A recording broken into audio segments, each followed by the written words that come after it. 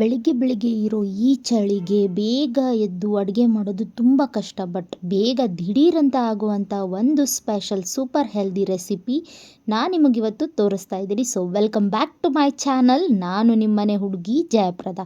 ನಮ್ಮ ಮನೆಯ ಅಡುಗೆ ಮನೆಯಲ್ಲಿದೆ ನಮ್ಮ ಎಲ್ಲ ರೋಗಗಳಿಗೂ ರಾಮಬಾಣ. ನಮ್ಮ ಆಹಾರ ಪದ್ಧತಿ ನಮ್ಮ ದೇಹದ ಆರೋಗ್ಯ ಸ್ಥಿತಿಯ ಮೇಲೆ ತುಂಬಾ ಪರಿಣಾಮ ಬೀರೋದ್ರಿಂದ ಆಹಾರ ಪದ್ಧತಿಯ ಮೇಲೆ ಹಿಡಿತ ಇಟ್ಕೊಳ್ಳೋದು ತುಂಬಾ ಇಂಪಾರ್ಟೆಂಟ್. ಆಮೇಲೆ ನಾನೆಲ್ರಿಗೂ ಒಂದು ಸಾರಿ ಕೇಳೋಕ್ಕೆ ಇಷ್ಟಪಡ್ತೀನಿ. ಬಿಕಾಸ್ ಒಂದು ವಾರದಿಂದ ನಾನು ಯಾವುದೇ ರೀತಿಯಾದಂಥ ವಿಡಿಯೋನ ಅಪ್ಲೋಡ್ ಮಾಡಿಲ್ಲ. ರೀಸನ್ ಏನಂದರೆ ನನಗೆ ಡಿಲಿವರಿ ಆಗಿದೆ, ಗರ್ಲ್ ಬೇಬಿ. ಸೊ ಆ ಕಾರಣದಿಂದ ವೀಡಿಯೋಸ್ ಅಪ್ಲೋಡ್ ಮಾಡೋಕ್ಕಾಗಲಿಲ್ಲ. Extremely sorry for that. ಮತ್ತು ಯಾರೆಲ್ಲ ನನ್ನ ಚಾನಲ್ನ ಇನ್ನೂ ಸಬ್ಸ್ಕ್ರೈಬ್ ಮಾಡಿಲ್ಲ, ಫಾಲೋ ಮಾಡಿಲ್ಲ, ದಯವಿಟ್ಟು ಸಬ್ಸ್ಕ್ರೈಬ್ ಮಾಡಿ. ಇನ್ಸ್ಟಾಗ್ರಾಮ್ ಮತ್ತು ಫೇಸ್ಬುಕ್ಕಲ್ಲಿ ಫಾಲೋ ಮಾಡೋದನ್ನ ಮರಿಬೇಡಿ. ಹಾಗಾದರೆ ಇವತ್ತಿನ ಸ್ಪೆಷಲ್ ರೆಸಿಪಿನ ನೋಡೋಣ ಬನ್ನಿ. ಇವತ್ತಿನ ಸ್ಪೆಷಲ್ ರೆಸಿಪಿ ಬಂದುಬಿಟ್ಟು ತೊಗರೆಕಾಳು ಗ್ರೀನ್ ಪಿಜನ್ ಬೀನ್ಸಿಂದ ಮಾಡೋವಂಥ ಒಂದು ಬಿರಿಯಾನಿನ ನಾನು ನಿಮಗಿಲ್ಲಿ ತೋರಿಸ್ಕೊಡ್ತಾ ಇದ್ದೀನಿ. ಸೊ ದೇಹಕ್ಕೆ ತುಂಬಾ ಒಳ್ಳೆಯದು. ನಾನು ಡಿಸ್ಕ್ರಿಪ್ಷನಲ್ಲಿ ಕನ್ನಡ ಮತ್ತು ಇಂಗ್ಲೀಷ್ ಎರಡೂದ್ರಲ್ಲೂ ಇದಕ್ಕೆ ಬೇಕಾಗಿರೋ ಅಥವಾ ಇದಕ್ಕೆ ಯೂಸ್ ಮಾಡಿರೋ ಇಂಗ್ರೀಡಿಯೆಂಟ್ಸ್ ಬೆನಿಫಿಟ್ಸ್ನ ನಾನು ಡೀಟೇಲಾಗಿ ಹಾಕಿದ್ದೀನಿ. ದಯವಿಟ್ಟು ಚೆಕ್ ಮಾಡ್ಕೊಳ್ಳಿ.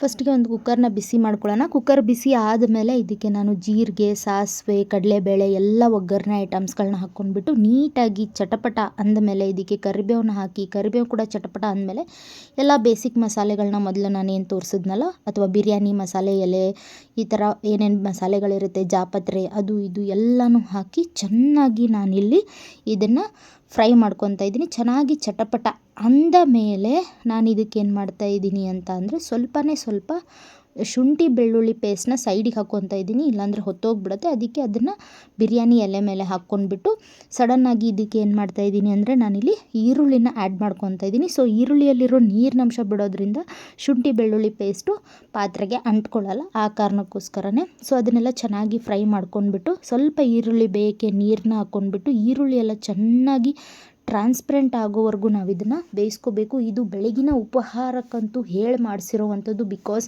ಇದರಲ್ಲಿ ಪ್ರೋಟೀನ್ ಇದೆ, ಆಮೇಲೆ ಡಿಫ್ರೆಂಟ್ ಆದಂಥ ನ್ಯೂಟ್ರಿಷನ್ ಕ್ವಾಂಟಿಟೀಸ್ಗಳು ಇದರಲ್ಲಿದೆ. ಅದನ್ನೆಲ್ಲ ಡಿಸ್ಕ್ರಿಪ್ಷನಲ್ಲಿ ಕೊಟ್ಟಿದ್ದೀನಿ, ಚೆಕ್ ಮಾಡ್ಕೊಳ್ಳಿ. ಸೊ ಇದಕ್ಕೆ ನಿಮಗೆ ಇಷ್ಟ ಆಗುವಂಥ ನೀವು ವೆಜಿಟೇಬಲ್ಸ್ನ ಆ್ಯಡ್ ಮಾಡ್ಕೋಬಹುದು, ಮಾಡ್ಕೊಳ್ದೇನೂ ಇರ್ಬೋದು. ಇದಕ್ಕೆ ನೀವು ಪನ್ನೀರ್ ಆ್ಯಡ್ ಮಾಡ್ಕೋಬೋದು, ಸೋಯಾ ಚಂಕ್ಸ್ ಆ್ಯಡ್ ಮಾಡ್ಕೋಬೋದು.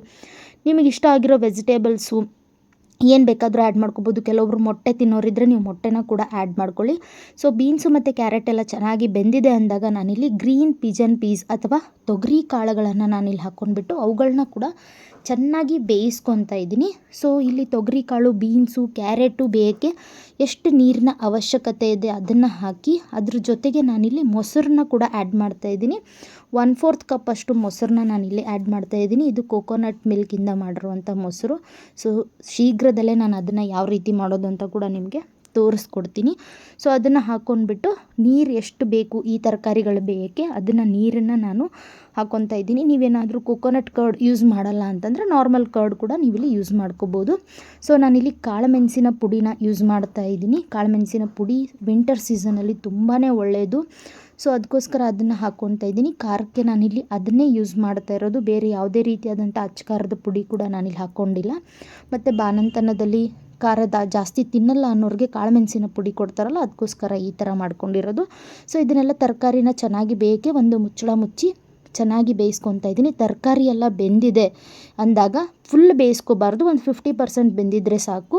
ಸೊ ಅದಾದಮೇಲೆ ನಾನಿಲ್ಲಿ 1 ಕಪ್ ಅಷ್ಟು ಅಕ್ಕಿ ಮೊದಲೇ ತೊಳೆದೇನು ಇಟ್ಕೊಂಡಿದ್ನಲ್ಲ ಅದನ್ನು ಹಾಕಿ ಅಕ್ಕಿನೂ ಕೂಡ ಸ್ವಲ್ಪ ಇಲ್ಲಿ ಬೇಯಿಸ್ಕೊತಾ ಇದ್ದೀನಿ. ಯಾಕೆ ಬೇಯಿಸ್ಕೊತಾ ಇದ್ದೀನಿ ಅಂದರೆ ಅದರಲ್ಲಿರುವಂಥ ಮಸಾಲೆ ಘಮ ಏನಿರುತ್ತಲ್ಲ ಅದೆಲ್ಲನೂ ಈ ಅಕ್ಕಿಯಲ್ಲಿ ಹೀರ್ಕೊಳ್ಳುತ್ತೆ. ಮತ್ತು ಈ ಥರ ನಾವು ಮಾಡಿ ಇದು ಮಾಡ್ಕೊಂಡಾಗ ಅನ್ನ ಉದುರಾಗಿರುತ್ತೆ, ಬಟ್ ಅಕ್ಕಿ ಕಾಳುಗಳೆಲ್ಲ ಚೆನ್ನಾಗಿ ಮೆತ್ತಗಾಗಿರುತ್ತೆ. ಸೊ ವಯಸ್ಸಾದವ್ರಿಗೆ, ಮಕ್ಕಳಿಗೆ ಸೊ ಸಾಫ್ಟಾಗಿ ಫುಡ್ ಬೇಕು ಅನ್ನೋರಿಗೆ ಈ ಥರ ಮಾಡಿಕೊಟ್ಟಾಗ ಅದು ಏನು ಬಿರಿಯಾನಿ ಈ ಥರ ಉದುರಾಗಿ ಇರುತ್ತೆ, ಪ್ಲಸ್ ಚೆನ್ನಾಗಿ ಬೆಂದಿರುತ್ತೆ. ಸ್ಪೆಷಲಿ ವಯಸ್ಸಾದವ್ರಿಗೆ, ಮಕ್ಕಳಿಗೆ ತುಂಬಾ ಇಷ್ಟ ಆಗುತ್ತೆ. ಸೊ ನಾನಿಲ್ಲಿ 1 ಕಪ್ ಅಕ್ಕಿಗೆ ನಾನಿಲ್ಲಿ 3 ಕಪ್ಪಷ್ಟು ನೀರು ಹಾಕಿದ್ದೀನಿ. ಸೊ ಆಮೇಲೆ ನಾನಿಲ್ಲಿ ಕುಕ್ಕರ್ನ ಮುಚ್ಚಿ 3 ವಿಸಿಲ್ನ ನಾನು ತೊಗೊಂಡಿದ್ದೀನಿ. ನೀವು 2 ಕಪ್ ನೀರು ಹಾಕ್ಕೊಂಡು 2 ವಿಸಿಲ್ ಕೂಡ ತೊಗೋಬೋದು.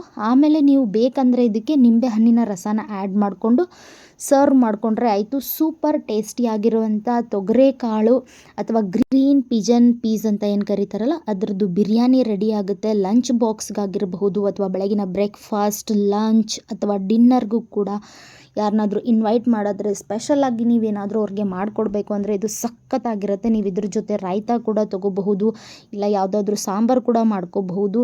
ನಿಮ್ಮ ಇಷ್ಟ, ನಿಮಗೆ ಯಾವ ರೀತಿ ಕಾಂಬಿನೇಷನಲ್ಲಿ ನೀವು ಮಾಡ್ಕೊತೀರೋ ಆ ರೀತಿ. ಇದಕ್ಕೆ ಖಾರ ಸ್ವಲ್ಪ ಕಡಿಮೆ ಇರೋದ್ರಿಂದ ನೀವು ಯಾವುದಾದ್ರೂ ಒಂದು ಸ್ವಲ್ಪ ಹುಳಿ ಖಾರ ಇರುವಂಥ ಯಾವುದಾದ್ರೂ ಒಂದು ಗೊಜ್ಜು ಮಾಡಿಕೊಂಡು ಇದಕ್ಕೆ ಟೇಸ್ಟಿಗೂ ಕೂಡ ತಿನ್ಬೋದು. ಬೀಟ್ರೂಟ್ ರಾಯ್ತ ಕೂಡ ಮಾಡ್ಕೋಬೋದು, ಇಲ್ಲ ನಾರ್ಮಲಾಗಿ ರಾಯ್ತ ಕೂಡ ಮಾಡಿಕೊಂಡು ಇದನ್ನು ಟೇಸ್ಟ್ ಮಾಡ್ಬೋದು. ನೀವು ಕೂಡ ಒಂದು ಸತಿ ಇದನ್ನು ಟ್ರೈ ಮಾಡಿ ಹೇಗಿತ್ತು ಅಂತ ಹೇಳಿ. ಸ್ಪೆಷಲಿ ಎಣ್ಣೆ ಇಲ್ಲದೆ, ಅದು ನಿಮ್ಮ ಮಕ್ಕಳಿಗೆ ಈ ಥರ ಸ್ವಲ್ಪ ಖಾರ ಎಲ್ಲ ಕಡಿಮೆ ಹಾಕಿಬಿಟ್ಟು ಮಾಡಿ ಹೇಗಿತ್ತು ಅನ್ನೋದನ್ನ ಕಮೆಂಟ್ ಸೆಕ್ಷನಲ್ಲಿ ತಿಳಿಸೋದನ್ನ ಮರಿಬೇಡಿ.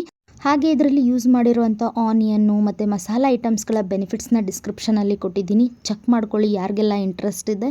So thank you so much for watching my video. ನಾಳೆ ಮತ್ತೊಂದು ವಿಡಿಯೋಂದಿಗೆ ನಿಮ್ಮ ಭೇಟಿ. ಅಲ್ಲಿವರೆಗೂ take care, love you all, bye and have a nice day.